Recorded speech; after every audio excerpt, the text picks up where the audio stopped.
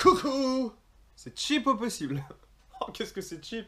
Bienvenue dans cette toute nouvelle chronique dont la tâche sera particulièrement difficile puisqu'elle aura pour mission de vous conseiller, de vous orienter vers des films à venir qui donc par définition ne sont pas encore en salle. Et ça, ce n'est pas une mince affaire. Elle sera plus courte qu'hallucinée et se passera de mes deux acolytes. Enculé!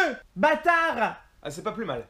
Je vais vous présenter de la façon la plus objective possible un top 3 des prochaines supposées pépites qui sortiront très prochainement dans nos cinémas.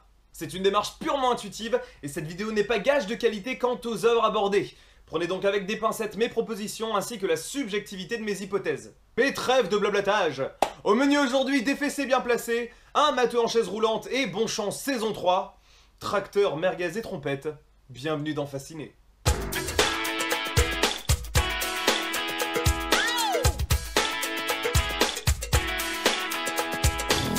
Numéro 1. T'es fan de C'est pas sorcier? Tu sais qu'Einstein n'a pas découvert E = M6 ou que Marie Curie n'a pas inventé de sauce? The Theory of Everything t'attend. Traduit chez nous par Une merveilleuse histoire du temps, ce film sortira le 21 janvier, donc dans moins d'une semaine, et sera réalisé par James March. Il mettra en lumière Eddie Redmayne et Felicity Jones dans les rôles principaux, Redmayne que vous avez sûrement déjà aperçu dans Les Misérables, mais qui sera également à l'affiche du prochain Wachowskis, qui ont réalisé ça, quoi. Ou ça, ou ça. D'ailleurs, je me pose toujours la question, on doit encore les appeler les frères Wachowski ou... Monsieur, madame? Passons au synopsis. Le film est un biopic inspiré d'une des personnalités scientifiques les plus importantes du siècle précédent. En effet, Stephen Hawking n'est alors encore qu'un brillant étudiant en cosmologie dans la prestigieuse université de Cambridge qu'il est atteint d'une grave maladie dégénérative appelée la dystrophie neuromusculaire, une maladie qui aura raison de son corps et de son indépendance puisqu'il en sortira complètement paralysé. Mais alors, complètement. Mais rien n'arrête ce dernier puisqu'il consacrera l'entièreté de sa vie à son grand amour ainsi qu'à la science en se penchant sur l'un des plus grands mystères de notre monde, le temps. Loin de moi l'envie de spoiler quoi que ce soit puisque c'est un biopic, mais Stephen a aujourd'hui 74 ans et se porte à merveille. Enfin, si je puis dire. Il n'hésite pas à prêter régulièrement son image à travers des caméos dans le cinéma ou la télévision, notamment dans Star Trek, étant lui-même un grand fan, ou encore The Big Bang Theory. Oh gosh golly, I made a boo-boo. And I gave it to Stephen Hawking.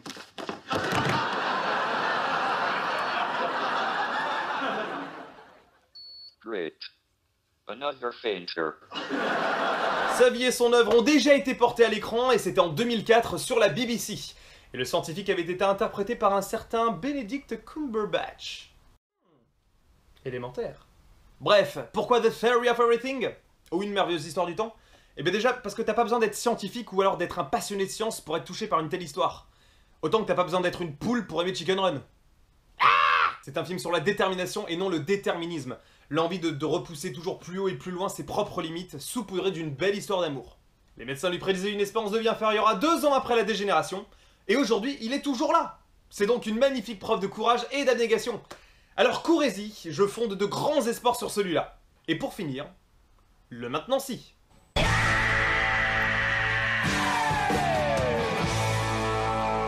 Savez-vous que Franck Leboeuf, ouais, le footballeur qui fait de la pub pour la viande, interprète le rôle d'un médecin français dans ce film qui est diffusé à l'international? Non? Bah... maintenant si.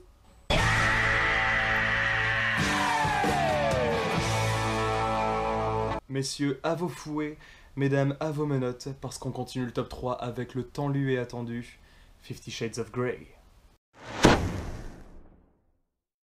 Pour celles et ceux qui reviennent d'un périple sur un satellite martien et qui ne connaîtraient pas un traître mot de l'histoire, recontextualisons. 50 nuances de Grey dans la langue de Molière est une adaptation éponyme du best-seller érotico-romantique de E.L. James qui s'est arraché à plus de 100 millions de copies à travers le monde.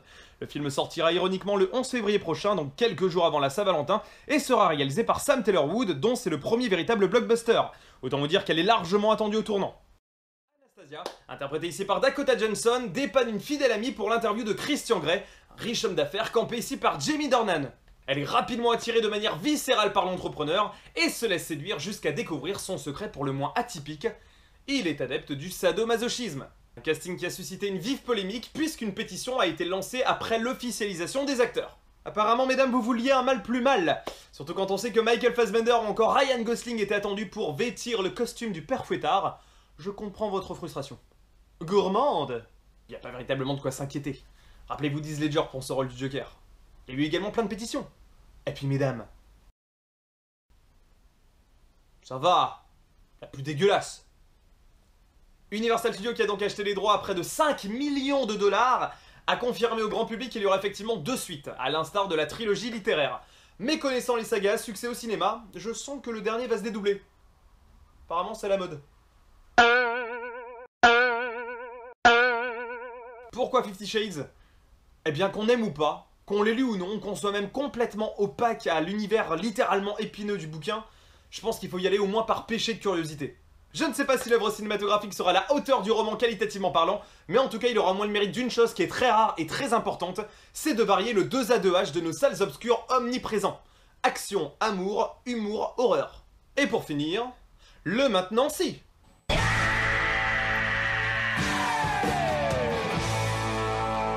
Saviez-vous que l'auteur a débuté l'écriture de la saga littéraire en se basant exclusivement et intégralement sur l'univers de Twilight, en mettant en scène Bella et Edward, et a dû rebrousser chemin et écrire de nouveaux personnages sous la pression de ses détracteurs? Vous le saviez? Non? Eh ben... maintenant si.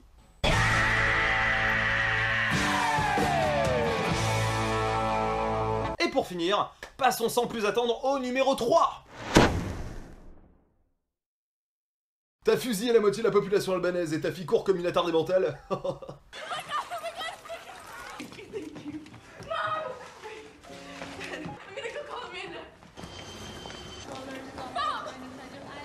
Congratulations! Tu t'appelles Brian Mills et tu as autant de chance que John McClane. Yippee-ki-yay, motherfucker.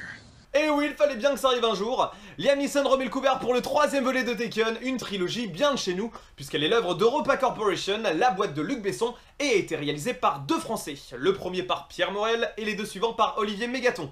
T'es plutôt Sex and the City que Mission Impossible, alors tu veux un petit récap? Eh ben non, non. Bon, ok. Taken met en scène un ancien agent secret des forces spéciales qui assiste à l'enlèvement de sa fille par téléphone à 8000 km. Il se rend compte rapidement que c'est une mafia des pays de l'Est qui gère le business et qui est responsable du kidnapping. Pom pom pom pom, chérie viens dans mes bras, on se quitte plus jamais, je t'aime, fin.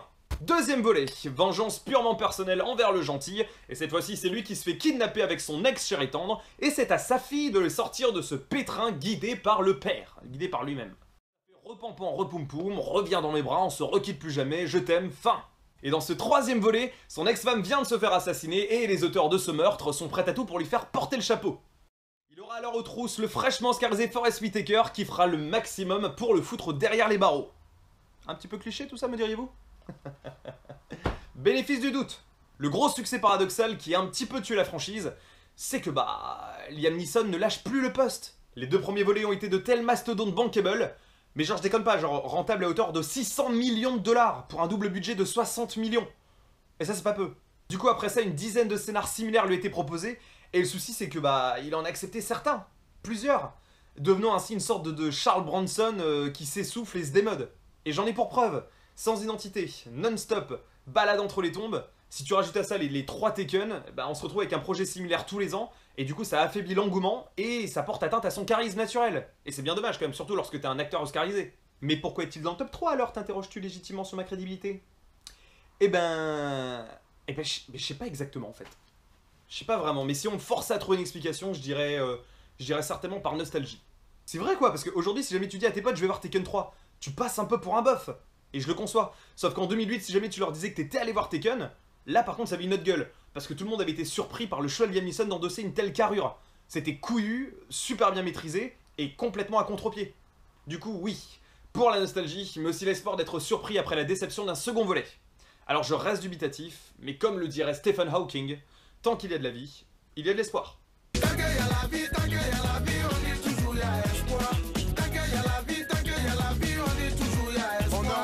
Et pour finir, le maintenant si.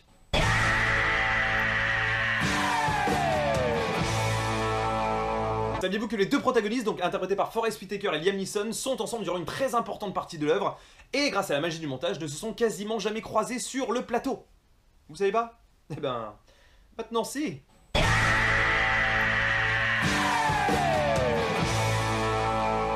Voilà, merci à vous d'avoir suivi cette chronique, j'espère vous avoir donné l'envie d'aller voir au moins l'un de ces 3 films. Ah sinon, bah, j'ai foiré. Oh. Bisous, bisous, bisous. Portez-vous bien, ciao. Et rendez-vous dans les salles obscures. J'espère que ces films vont vous fasciner.